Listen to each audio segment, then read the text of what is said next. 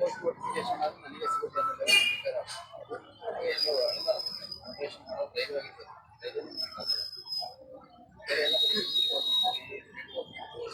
Banking public ಯಾವಾಗಲೂ ಎಲ್ಲ ಬರೀಬೇಕು. ಈಗಷ್ಟೇ ಒಂದು ಹೆಣ್ಮಗು 22-23 ವರ್ಷ ಯಾಕೆ ಹಿಂಗೆ ಬಂದ್ರಂತೆ ಸ್ವಲ್ಪ ಡಿಲೇ ಆಯಿತು, ಬೇರ್ ಮಾಡೋಕ್ಕಾಗ್ತಾ ಇಲ್ಲ. ಒಂದು ಬುಕ್ ಸ್ಟಾಲ್ ಒಂದು ಡೈಲಿ 3 ಅವರ್ಸ್ ವರ್ಕ್ ಮಾಡಿ ತಿಂಗಳ ಒಂದು 4,000 ಹಣ ಗಳಿಸಿ ಒಂದು ಲೆಕ್ಕ ಹೋಗ್ತಾರೆ. ಏನು ಮಾಡೋಕ್ಕಾಗಲ್ಲ. ಈಗ ಎಲ್ಲರದ್ದು ಒಂದೇ ಥರ ಇರಲ್ಲ. ಬ್ಯಾಕ್ಗ್ರೌಂಡು ಅದನ್ನೇ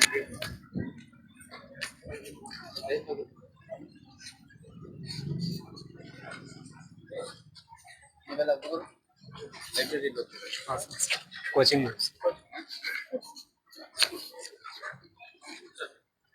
ಅಲ್ಲ ಕೋಚಿಂಗ್ ಬಂದಿರೋದ? ಕೋಚಿಂಗ್ ಬಂದಿದೆ. ಬೆಳಗ್ಗೆ 4 ಸಲ ಸಿಕ್ಕಿದೆಯಾ? ಹೌದಾ? ಬೆಳಗ್ಗೆ 4 ಸಲ ಸಿಕ್ಕಿದ್ದಾರೆ. ಏನು ನಿಮ್ಮ ಹೆಸರು? ರಾಘವೇಂದ್ರ. ಯಾವ ಊರು? ಯಾವ ತಾಲೂಕಲ್ಲಿ? ಹೊಸಪೇಟೆ ತಾಲೂಕಿನ ಯಾವ ಊರು? ಹೂನಹಳ್ಳಿ. ಓದ್ಬೇಕಪ್ಪ. ಇಲ್ಲಿ ಪೊಲೀಸರು ಬಂದಾಗ, ಆಫೀಸರ್ ಬಂದಾಗ, ಮೀಡಿಯಾದವ್ರು ಬಂದ್ರು ಅಂತ ನೀವು ಹಿಂದೆ ಮುಂದೆ ಓಡಾಡ್ಕೊಂಡಿದ್ರೆ ಮತ್ತೆ ಎಕ್ಸಾಮ್ ಕ್ಲಿಯರ್ ಆಗಲ್ಲ. ನಿಮ್ ಮನೆಗೆ ಗೊತ್ತಾಗುತ್ತೆ. ನಿಮ್ ಮೀಡಿಯಾದಲ್ಲಿ ಬಂದ ತಕ್ಷಣ ಓದ್ತಾ ಇಲ್ಲ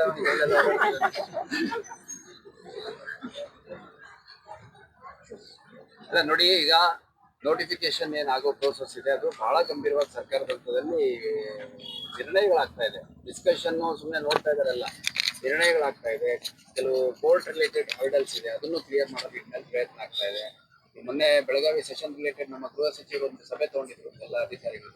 ಅದರಲ್ಲಿ ಫೋರ್ಮೋಸ್ಟ್ ಇಂಪಾರ್ಟೆಂಟ್ ಇಶ್ಯೂನೇ ಇದು ಉದ್ಯೋಗಾಕಾಂಕ್ಷಿಗಳಿಗೆ ನೇಮಕಾತಿ ಪ್ರಕ್ರಿಯೆ ವಿಳಂಬ ಆಗ್ತಿರೋದನ್ನ ಆದಷ್ಟು ಬೇಗ ನೋಟಿಫಿಕೇಶನ್ಸ್ ಮಾಡಬೇಕು ಅನ್ನೋದು ಫೋರ್ಮೋಸ್ಟ್ ಇಂಪಾರ್ಟೆನ್ಸ್ ಇದೆ.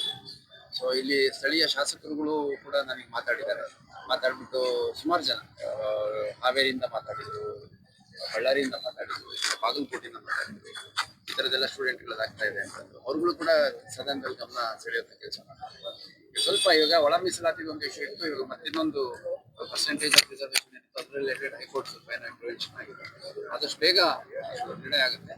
ಬಟ್ ನೀವುಗಳು ಇದ್ರ ಬಗ್ಗೆ ಚಿಂತೆ ಮಾಡ್ಬೇಕು, ನೋಟಿಫಿಕೇಶನ್ ಆಗ್ತಿಲ್ಲ ಅಂತ. ಅದಕ್ಕಿಂತ ಹೆಚ್ಚಾಗಿ ನಿಮ್ಮ ಪ್ರಿಪ್ರೇಷನ್ ಯಾವ ಲೆವೆಲ್ಗೆ ಇರ್ಬೇಕಂದ್ರೆ, ನೋಟಿಫಿಕೇಶನ್ ಆದ್ರೆ 100 ಸೀಟ್ ಆದ್ರೆ 100 ಸೀಟ್ ಇಲ್ಲೇ ಆಗ್ಬೇಕು. ಆ ಥರ ನಿಮ್ಗೆ ಪ್ರಿಪ್ರೇಷನ್ ಇರಬೇಕು. ಒಂದೇ ಪೋಸ್ಟ್ ಅಲ್ವಾ ನಿಮಗೆ ಸಿಗೋದು? ಎಷ್ಟೇ ಪ್ರಿಪ್ರೇಷನ್ ಆಗಿದೆ 2 ಜಾಬ್ ಕೊಡೋಕ್ಕಾಗಲ್ಲ, 2 ಪೋಸ್ಟ್ ಕೊಡೋಕ್ಕಾಗಲ್ಲ ಒಂದೇ ನೋಟಿಫಿಕೇಶನ್. ಸೊ ಹಂಗಾಗಿ ನಾನು ಬಹಳಷ್ಟು ಜನ ಹಿಂಗೆ ಇಂಟ್ರಾಕ್ಟ್ ಮಾಡ್ಬೇಕಾದ್ರೆ ಪ್ರತಿಭಟನಾಕಾರರು ಯಾರಿದ್ದಾರೆ, ಪ್ರತಿಭಟನೆ ಬಹಳ ಜೋರಾಗಿ ಮಾತಾಡ್ತಿದ್ರು ಅಂತ ಕೇಳಿದೆ. ಕೆಲವು ಬೇಸಿಕ್ ಕ್ವಶನ್ಸ್ ಕೇಳಿದೆ, ಏನೀಗೆ ಆರ್ಗನೈಸರ್ಸ್ ಪ್ರತಿಭಟನಾಕಾರರಲ್ಲ, ವಿದ್ಯಾರ್ಥಿಗಳು ಯಾರು ನಾನು 3 ವರ್ಷ 4 ವರ್ಷದಿಂದ ಓದ್ತಿದ್ದೀನಿ ಅಂತ ಹೇಳ್ತಾರಲ್ಲ, ಸೊ ಅವ್ರಗಳದ್ದು ಪ್ರಿಪ್ರೇಷನ್ ಇನ್ನೂ ಎಲ್ಲೋ ಒಂದ್ ಕಡೆ ಕೊಡ್ತಾ ಇದೆ ಅನ್ನಿಸ್ತು. ಹಂಗಾಗಿ ಇವಾಗ ನಮ್ಮ ಆಫೀಸರ್ಸ್ ಸಾಕಷ್ಟು ಸಾರಿ ಬಂದು ನಿಮ್ಗೆಲ್ಲ ಬ್ರೀಫ್ ಮಾಡಿದಾರಲ್ಲ, ಯಾವ ರೀತಿ ಓದ್ಬೇಕು, ಆಮೇಲೆ ಯಾವ ರೀತಿ ಸ್ಟ್ರಾಂಗ್ ಆಗಿರ್ಬೇಕು ಅಂತಂದು.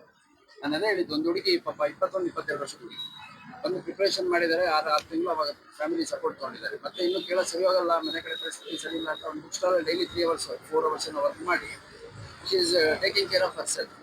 ನಾನು ಕೇಳಿದೆ ಯಾಕೆ ನಿಮಗೆಲ್ಲ ಡಿಲೇ ಆಗ್ತಿದೆಯಲ್ಲಮ್ಮ ಅಂತ. ಸರ್, ಡಿಲೇ ಇರೋದನ್ನ ನಾನು ಡಿಸಿಷನ್ ತೊಗೊಳಕ್ಕಾಗಲ್ಲ, ನನ್ನ ಕಡೆಯಿಂದ ಚೆನ್ನಾಗಿ ಓದ್ಬೋದು, ಯಾವುದೇ ನೋಟಿಫಿಕೇಶನ್ ಕರೆದ್ರೂ ಅದೇ ಫಸ್ಟ್ ಪ್ರಯತ್ನದಲ್ಲೇ ಕ್ಲಿಯರ್ ಮಾಡೋದಕ್ಕೆ ಏನು ಪ್ರಿಪ್ರೇಷನ್ ಬೇಕೋ ಅದು ಮಾಡ್ಬೋದು.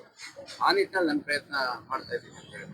ಹಂಗಾಗಿ ಏನು ಯಾರ್ದು ವಿದ್ಯಾರ್ಥಿಗಳ ಹೋರಾಟ ಆಗಲಿ, ನಿಮ್ಮ ಹಕ್ಕುಗಳಾಗಲಿ ಕಿತ್ಕೊಳ್ಳೋದಾಗಲಿ ಅಥವಾ ಮೊಟಕುಗೊಳಿಸೋದು ಯಾವುದು ಮಾಡ್ತಾ ಇಲ್ಲ.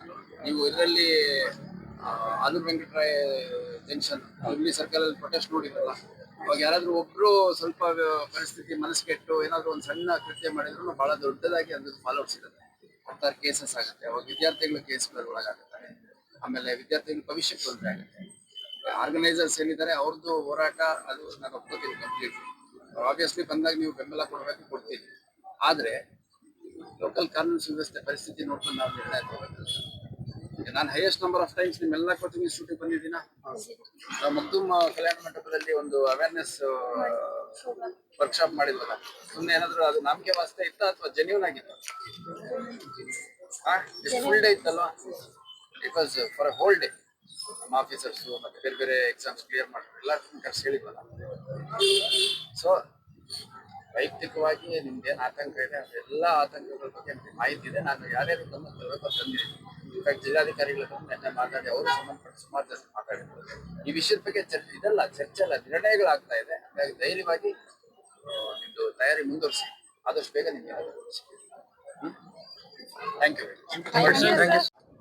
ಹೇಳ ಈ ದಿನ ಡಿಸೆಂಬರ್ 8ನೇ ತಾರೀಕು ಅಕ್ಸಾ ಅನ್ನೋ ಒಂದು ಅಸೋಸಿಯೇಷನ್ನು ಮತ್ತೆ ಅವರು ಹೇಳಿದ್ದು ವಿವಿಧ ಸಂಘಟನೆಗಳು ಕೂಡ ನಮ್ಮ ಒಂದು ಸಂಘಟನೆಗೆ ಸಪೋರ್ಟ್ ಮಾಡ್ತವೆ ಅಂತ.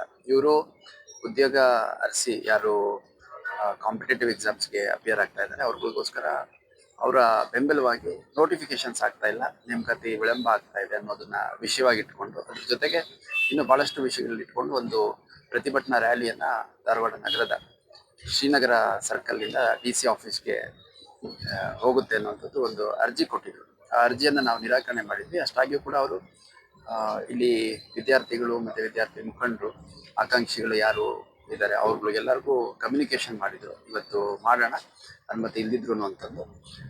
ಅಲ್ಲಿ ಅದನ್ನ ಕರೆ ಕೊಟ್ಟಿದ್ದಂತಹ ಅಕ್ಸಾ ಫೌಂಡೇಶನ್ ಅಧ್ಯಕ್ಷ ಅನುಮತಿ ನಿರಾಕರಣೆ ಮಾಡಿದ್ರೆ ನಾವು ಮಾಡಲ್ಲ ಅಂತ ಹೇಳಿದ್ರು. ಅಷ್ಟಾಗಿಯೂ ಕೂಡ ಸಾಕಷ್ಟು ಸೋಷಿಯಲ್ ಮೀಡಿಯಾ ಮೆಸೇಜಸ್ ಸರ್ಕ್ಯುಲೇಟ್ ಆಗಿತ್ತು. ಮತ್ತು ಇಲ್ಲಿ ಸ್ಥಳೀಯವಾಗೂ ಕೂಡ ಬಹಳಷ್ಟು ಜನ ಸಂಘಟಿತರಾಗಿ ಒಂದು ಪ್ರತಿಭಟನಾ ರ್ಯಾಲಿ ತೆಗಿಬೇಕು ಅನ್ನುವಂಥದ್ದು ನಿರ್ಧಾರ ಮಾಡಿಕೊಂಡಿದ್ರು. ಅದರ ಹಿನ್ನೆಲೆಯಲ್ಲಿ ಇವತ್ತು ನಾವು ಒಂದು ಬಂದೋಬಸ್ತನ್ನು ಮಾಡಿಬಿಟ್ಟು ಇಲ್ಲಿ ಪ್ರತಿಭಟನೆ ನಿರಾಕರಣೆ ಆದರೂ ಕೂಡ ಇನ್ ಕೇಸ್ ಏನಾದರೂ ವಿದ್ಯಾರ್ಥಿಗಳು ಆಕಾಂಕ್ಷಿಗಳು ಅಥವಾ ಎಜುಟೇಟರ್ಸ್ ಗ್ಯಾದರ್ ಆದಂಥ ಸಂದರ್ಭದಲ್ಲಿ ಕಾನೂನು ಸುವ್ಯವಸ್ಥೆ ಅಥವಾ ಬೇರೆ ಯಾವುದೇ ರೀತಿಯ ಹಿತಕರ ಘಟನೆ ನಡೀಬಾರದು ಅನ್ನೋ ಕಾರಣಕ್ಕೆ ಇಲ್ಲಿ ಬಂದೋಬಸ್ತನ್ನು ಮಾಡಿದ್ವಿ.